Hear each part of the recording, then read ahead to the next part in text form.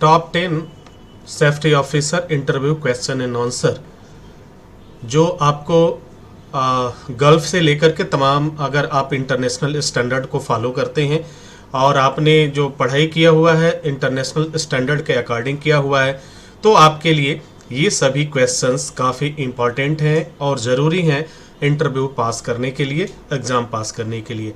Question number 1 की बात करें, ड्यूटी करते समय एक सेफ्टी ऑफिसर को साइट पर कितने तरह के रिकॉर्ड की ज़रूरत पड़ती है? How many types of record does a safety officer require while on duty? तो इस तरह का अगर कोई क्वेश्चन आपसे पूछा जाता है तो आपका जो जवाब होगा कुछ इस तरीके से होगा। कार्य करते समय एक सेफ्टी ऑफिसर को प्रमुख रूप से 8 तरह के रिकॉर्ड की ज़रूरत होती है, जैसे accident record, medical record, absence record, risk assessment record, maintenance report record, safety representative inspection report record, audit report record, safety committee meeting minutes record. While working, a safety officer need 8 types of record like accident record, medical record, absence record, risk assessment record, maintenance report record, safety representative inspection report record, audit report record and safety committee meeting minutes record। तो आपका जवाब कुछ इस तरीके से होना चाहिए। आप जिसमें देना चाहें जवाब, हिंदी इंग्लिश जिसमें भी देना चाहें कोई दिक्कत नहीं है, बहुत आसानी से आप जवाब दे पाएंगे। आपका right answer sweet and soft answer होता है। अब बात करेंगे क्वेश्चन नंबर 2 का। क्वेश्चन नंबर 2 क्या कहता है? साइट पर सेफ सिस्टम ऑफ वर्क क्यों डेवलप किया जाता है? Why safe system of work is develop on site? तो आपका जवाब होगा कार्य के दौरान रिस्क को कम करने के लिए safe system of work develop किया जाता है। Safe system of work are developed to reduce risk during work. आपका ये आंसर होगा।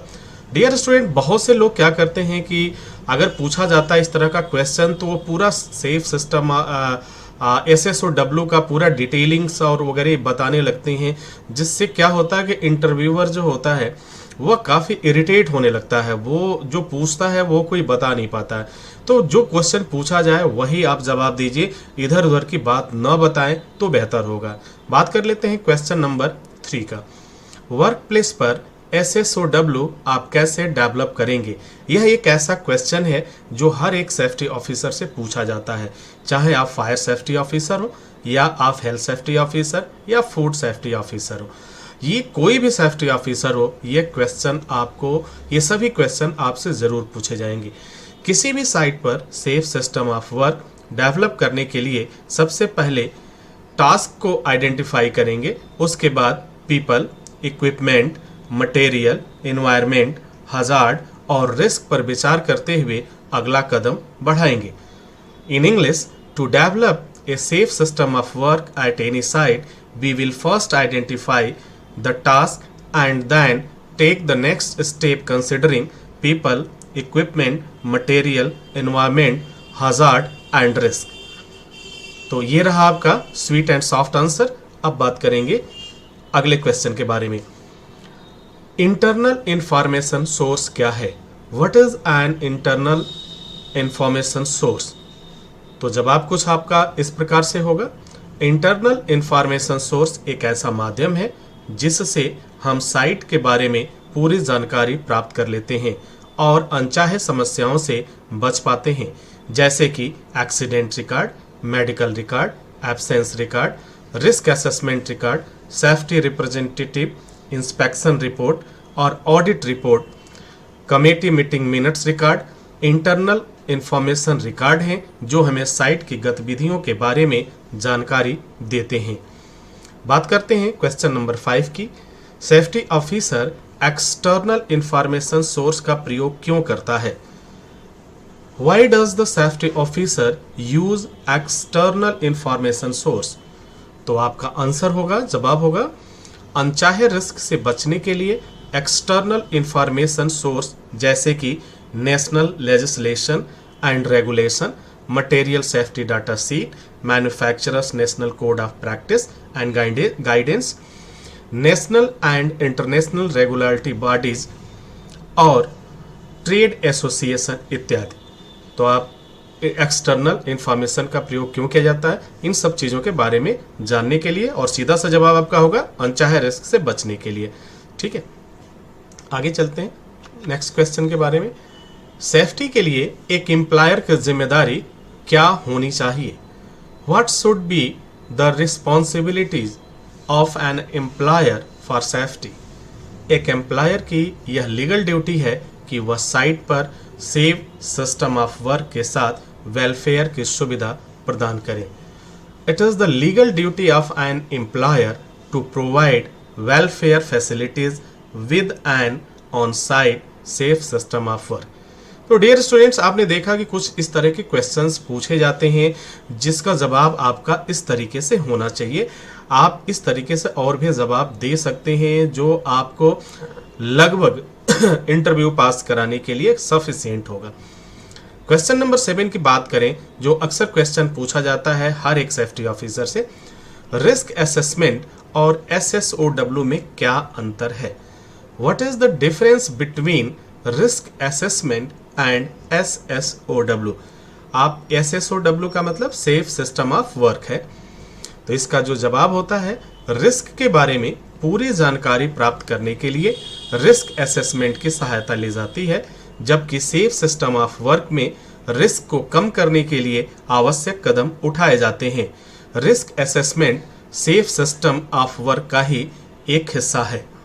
तो आपका जवाब कुछ इस तरीके से होगा। आप डिफरेंस भी बता पाएंगे और उसके बारे में भी बता पाएंगे। बात करेंगे नेक्स्ट क्वेश्चन के बारे में, अगले क्वेश्चन के बारे में, जो कुछ इस तरह से होता है। रिस्क को कम करने के लिए आप क्या करेंगे? हर एक सेफ्टी ऑफिसर से ये क्वेश्चन जरूर पूछा जाता है हर एक इंटरव्यू में। रिस्क को कम करने के लिए आप क्या करेंगे? What will you do to reduce the risk?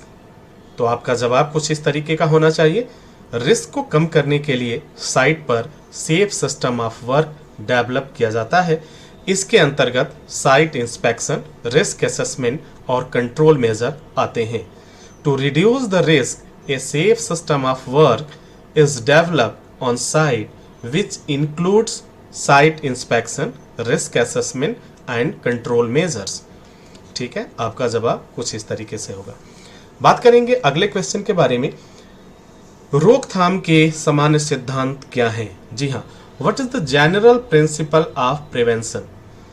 वह कार्य जो हमें किसी नुकसान से बचाव के लिए पूरी तरह से सहायता प्रदान करता है, उसे जनरल प्रिंसिपल ऑफ प्रिवेंशन कहते हैं। इसके अंतर्गत elimination, substitution, engineering control, administrative control, personal protective equipment आते हैं। The work that provides us with full support to prevent any damage is called general principle of prevention, which includes elimination, substitution, engineering control, administrative control, personal protective equipment। तो dear students, आपका ये question ऐसा है जो हर एक exam में निश्चित रूप से पूछा जाएगा। एग्जाम है या फिर आपका जॉब इंटरव्यू है, गल्फ के लिए हो या दुनिया के किसी भी तरह का इंटरव्यू हो, ये सवाल जवाब आपसे जरूर किए जाएंगे। आप इससे बच नहीं पाएंगे। तो आपका जवाब कुछ इस तरीके से आप तैयार रखें और ताकि आपको सफलता मिल सके, आपको सक्सेस मिल सके। अब बारी है अगले क्वेश्चन के बारे में। अगले क्वेश्चन के बारे में बात करते हैं। अगला क्वेश्चन क्या कहता है? सब्स्टिट्यूशन और एलिमिनेशन के बीच अंतर क्या है?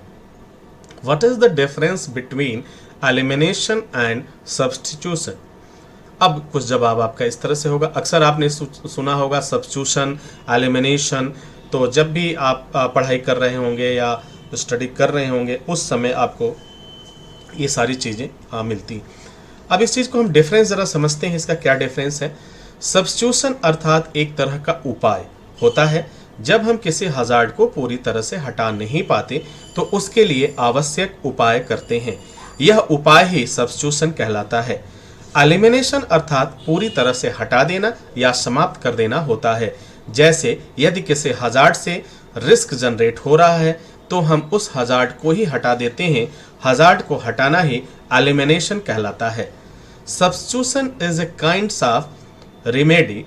When we don't completely remove a hazard, we take necessary measure for it. This measure is called substitution. Elimination means removal or elimination. For example, if a risk is generated from a hazard, we remove that hazard. Removal of the hazards is called elimination. तो dear students, आपका कुछ जवाब इस तरीके से होगा।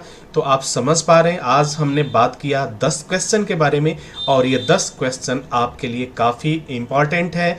चाहे आप कोई भी सेफ्टी ऑफिसर हो, या आप फ्रेशर हो, या फिर एक्सपीरियंस भी रखते हैं, तो इस तरीके का अगर आपका कुछ जवाब होता है, सवाल जवाब होता है, तो निश्चित रूप से आपको सक्सेस मिलेगा। ये 10 क्वेश्चन जरूर याद रखिए। एक नज़र में हम सभी क्वेश्चंस के बारे में देखेंगे। पहला क्वेश्चन था, how many types of record does a safety officer require while on duty. ठीक है, तो पहला क्वेश्चन देख लीजिए, इसका जवाब। अगर आपको कोई दिक्कत हो रही है लिखने में, समझने में, तो आप वीडियो को पॉज करिए, उसके बाद से लिखना शुरू कर दीजिए। इसी तरह से साइट पे सेफ सिस्टम ऑफ वर्क क्यों डेवलप किया जाता है। डियर स्टूडेंट्स, आपने देखा कि SSOW safe system of work किसी भी सेफ्टी ऑफिसर के लिए क्या इंपॉर्टेंट होता है। पहली बात तो होता है रिस्क, दूसरा hazard, safe system of work, risk assessment, inspection and control measure. यही 5 चीज़ें जो होती हैं हर एक सेफ्टी के ऑफिसर के लिए काफ़ी इम्पॉर्टेंट होती है, और इन सभी चीज़ों को अगर आप ध्यान में रखते हैं, इन चीज़ों को आप अपने दिमाग में रखते हैं, तो फिर आपको कोई फेल नहीं कर पाएगा और आप बेहतर तरीके से आप परफॉर्म कर पाएंगे और जॉब कर पाएंगे।